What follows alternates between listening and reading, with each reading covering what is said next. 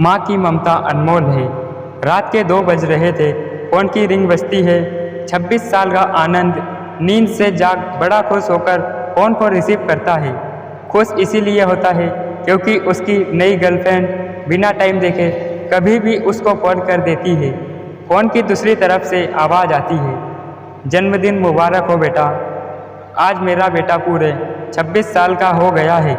मैं बहुत खुश हूँ। माँ की आवाज़ सुनते ही आनंद के चेहरे के एक्सप्रेशन बदल जाते हैं। वो गुस्से से बोलता है, माँ तुझे समझ नहीं आता क्या? इतनी सी बात के लिए मेरी नींद खराब कर दी। यह बात तो तू मुझे सुबह भी बोल सकती थी। इतना कहकर वह फ़ोन काट देता है। थोड़ी देर बाद फिर से फ़ोन की रिंग बजती है। आनंद फिर से फ़ोन उठाता है और इस बार फ़ोन पर पापा होते हैं। आनंद इस बार आराम से बात करता है। थैंक यू पापा, आपने मुझे बर्थडे विश करने के लिए फ़ोन किया, वो भी इतनी रात को।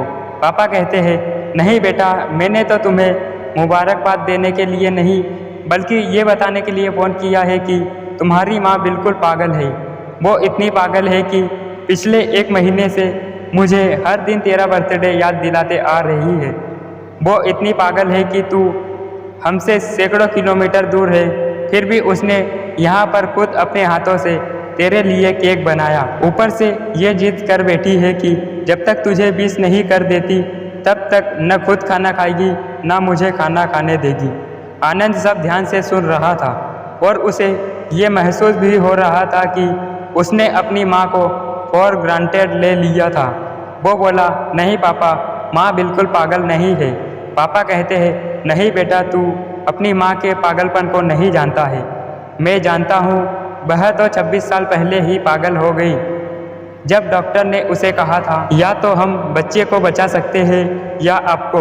उसने बिना 1 सेकंड भी सोचे बच्चे को बचाने का फैसला ले लिया और मुझे भी कसम देकर उस फॉर्म पर साइन करने के लिए मना लिया था जिस पर लिखा था उसकी ज़िंदगी इस ऑपरेशन से खतरे में है और अगर उसे कुछ भी होता है तो उसके जिम्मेदार डॉक्टर नहीं होंगे।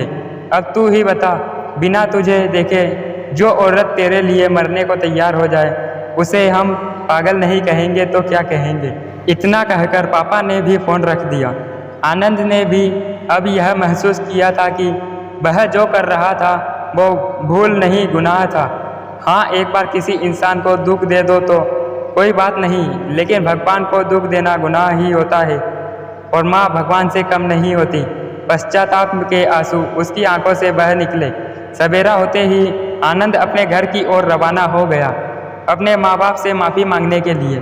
घर पहुँचते ही उसने पहले माँ से माफ़ी मांगी, जिसने उसे गले से लगा लिया।